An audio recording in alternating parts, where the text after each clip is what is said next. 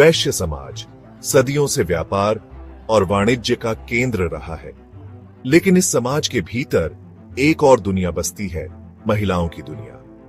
यह दुनिया संघर्षों, अपेक्षाओं और सीमाओं से घिरी है।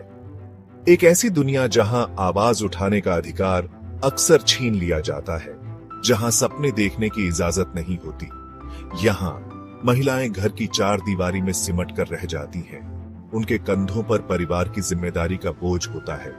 उनकी आवाज समाज के शोर में दब जाती है, लेकिन इन सब के बावजूद उनके भीतर एक अदम्य साहस और जीने की ललक होती है।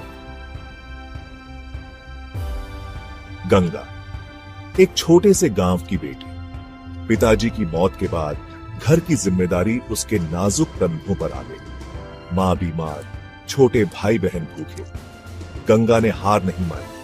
वह घर घर जाकर काम करने लगी। कभी कपड़े सिलती, कभी मजदूरी करती। लोग ताने मारते, पर गंगा ने हिम्मत नहीं हारी। उसने ठान लिया था वह अपने परिवार को इस दलदल से बाहर निकालेगी। धीरे धीरे गंगा ने अपनी मेहनत से एक छोटी सी दुकान खोली।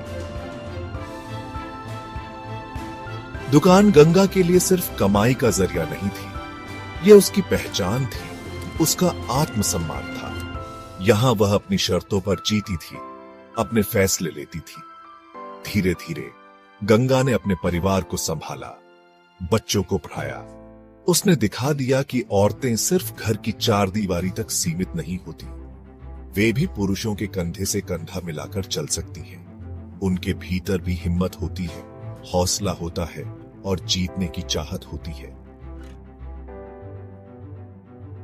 गंगा की कहानी एक मिसाल है उन तमाम महिलाओं के लिए जो समाज की बेड़ियों में जकड़ी हुई है। यह कहानी हमें याद